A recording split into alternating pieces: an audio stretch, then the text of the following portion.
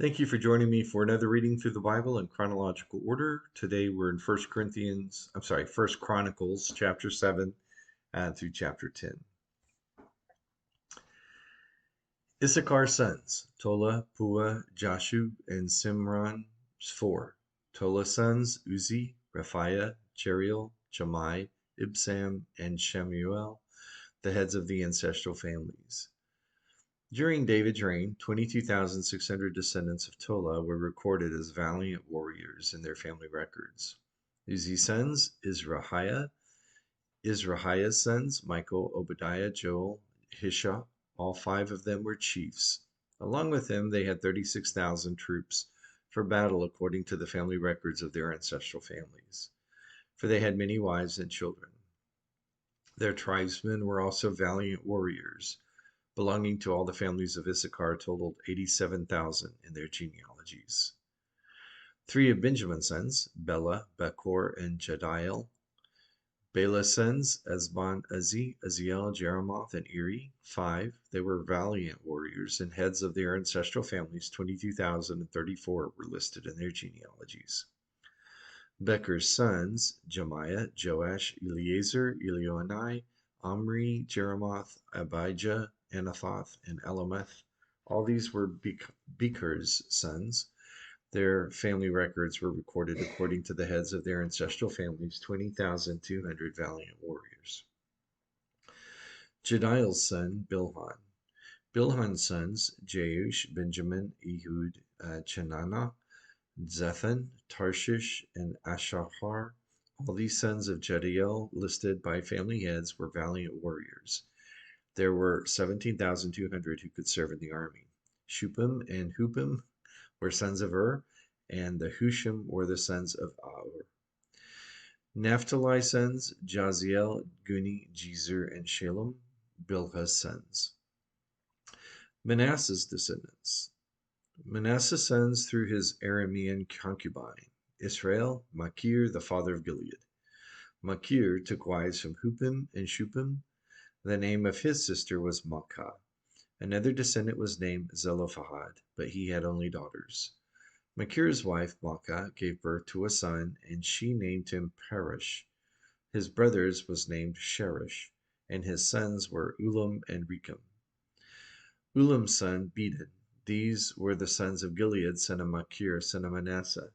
His sister, Hamaloketh, gave birth to Ishdad, Abiezer, and Mala.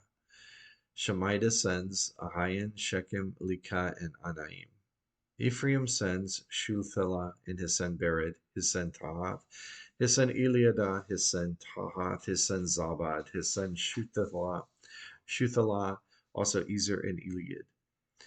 The name of Gath, born in the land, killed them because they went down to raid their cattle. Their father Ephraim mourned a long time, and his relatives came to comfort him.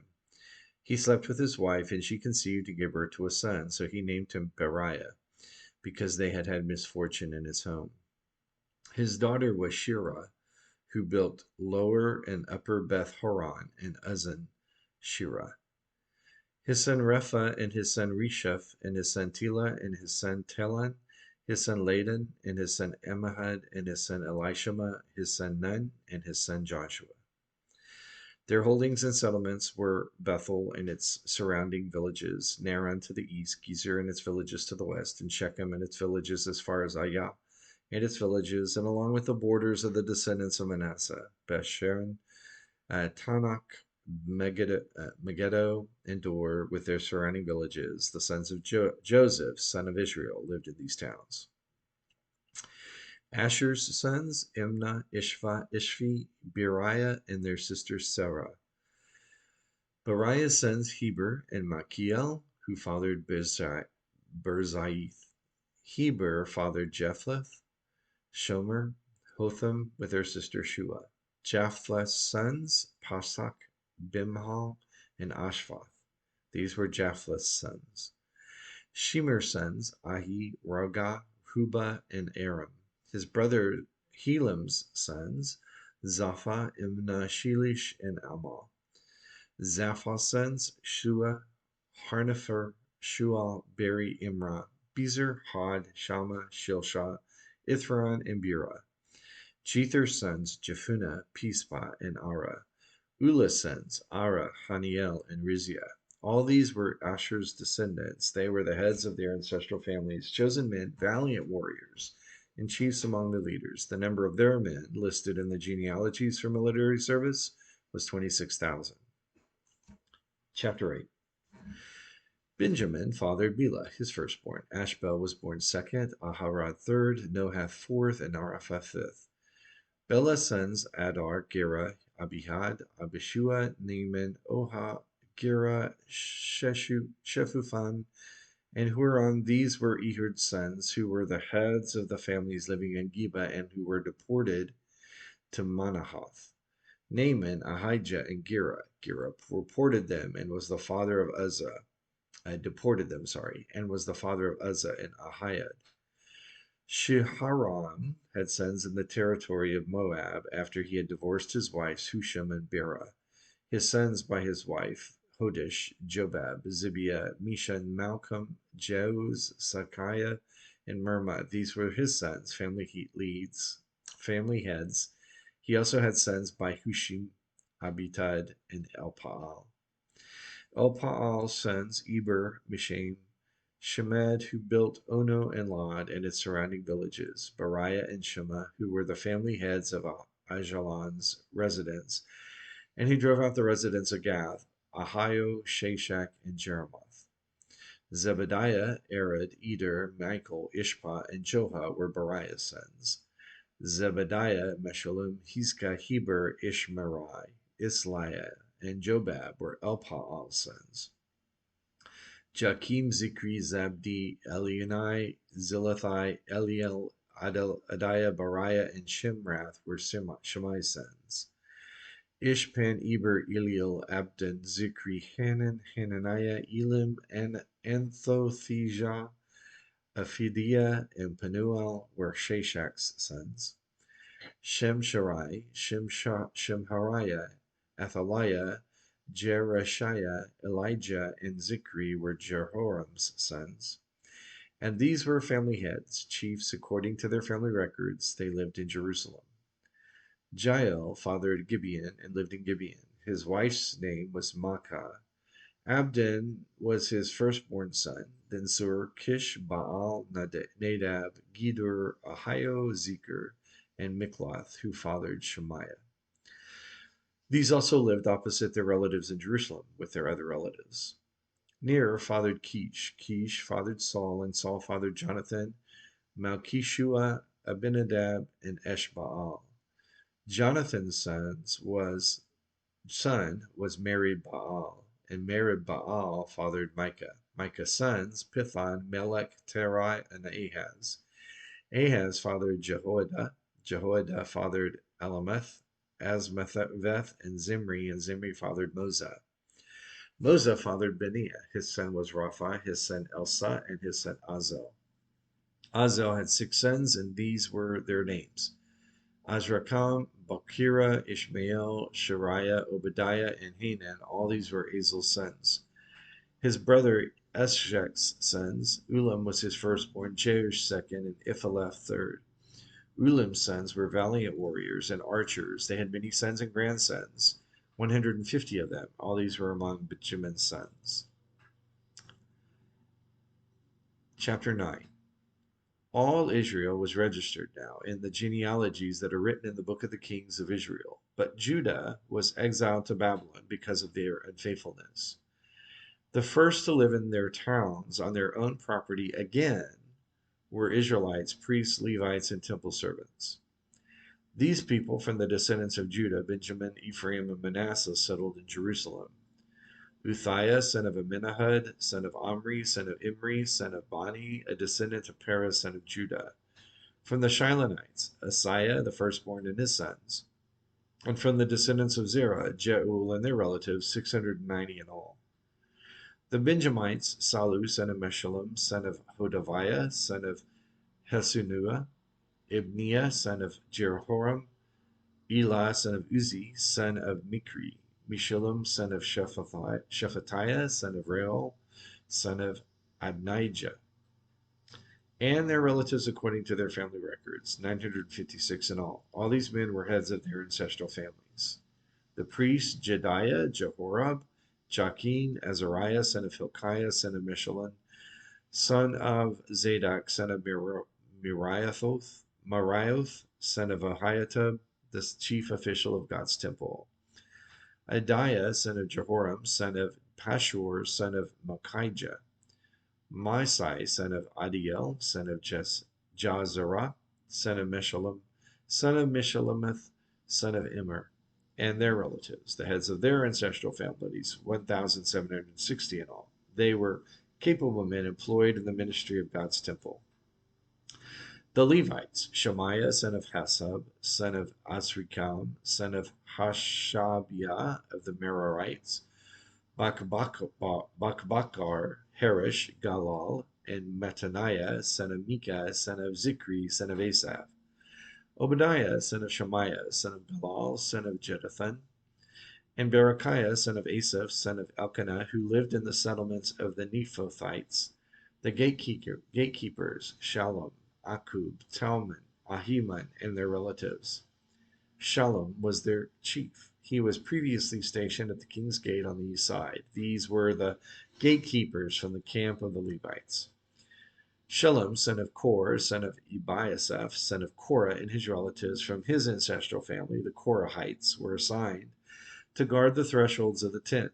Their ancestors had been assigned to the Lord's camp as guardians of the entrance. In earlier times, Phinehas, son of Eleazar, had been their leader, and the Lord was with them. Zechariah, son of Melshamiah, was the gatekeeper at the entrance to the tent of meeting. The total number of those chosen to be gatekeepers at the thresholds was 212. They were registered by genealogy in their settlements. David and the seer Samuel had appointed them to their trusted positions, so they and their sons were gathered and assigned as guards to the gates of the Lord's temple, which had been the tent temple. The gatekeepers were on the four sides, east, west, north, and south. Their relatives came from their settlements at fixed times to be with them 7 days. But the four chief gatekeepers, who were Levites, were entrusted with the rooms and the treasuries of God's temple. They spent the night in the vicinity of God's temple because they had guard duty and were in charge of opening it every morning. Some of them were in charge of the utensils used in worship. They would count them when they brought them in and when they took them out. Others were put in charge of the furnishings and all the utensils of the sanctuary, as well as fine flour, wine, oil, incense, and spices. Some of the priest's sons mixed the spices. A Levite called Mattathiah, the firstborn of Shalem the Korahite, was entrusted with breaking the bread. Some of the Kohathites' relatives were responsible for preparing the rows of the bread of the presence every Sabbath. The singers, the heads of the Levite family, stayed in the temple chambers and were exempt from their task because they were on duty day and night. These were the heads of the Levite families, chiefs according to the family records, and they lived in Jerusalem. Jair fathered Gibeon and lived in Gibeon. His wife's name was Maacah. Abdon was the firstborn son, then Zerkish, Baal, Ner, Nadab, Gedor, Ahio, Zechariah, and Mikloth. Mikloth fathered Shemaim. These also lived opposite their relatives in Jerusalem with their other relatives. Ner fathered Kish. Kish fathered Saul, and Saul fathered Jonathan, Malchishua, Abinadab, and Eshbaal. Jonathan's son was Mirabaal, and Mirabaal fathered Micah. Micah's sons, Pithon, Melech, Tereiah, and Ahaz. Ahaz fathered Jerah. Jerah fathered Elamoth, Asmaveth, and Zimri. Zimri fathered Moza. Moza fathered Beniah. His son was Rephai, his son Elusa, and his son Azel. Azel had 6 sons, and these were their names: Azrikam, Bokiru, Ishmael, Shariah, Obadiah, and Hanan. These were Azel's sons.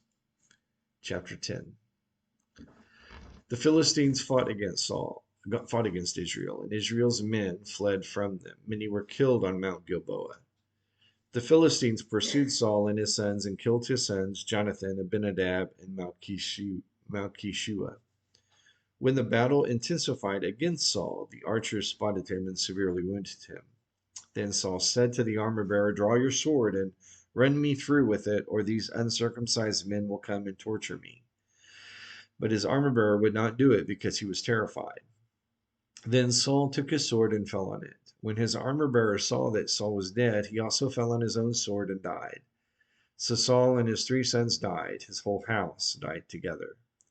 When all the men of Israel in the valley saw that the army had fled and that Saul and his sons were dead, they abandoned their cities and fled. So the Philistines came and settled in them. The next day, when the Philistines came to strip the slain, they found Saul and his sons dead on Mount Gilboa. They stripped Saul, cut off his head, took his armor, and sent messengers throughout the land of the Philistines to spread the good news to their idols and the people. Then they put his armor in the temple of their gods and hung his skull in the temple of Dagon. When all Jabesh Gilead heard of everything the Philistines had done to Saul, all their brave men set out and retrieved the body of Saul and the bodies of his sons and brought them to Jabesh. They buried their bones under the oak in Jabesh and fasted 7 days. Saul died for his unfaithfulness to the Lord, because he did not keep the Lord's word.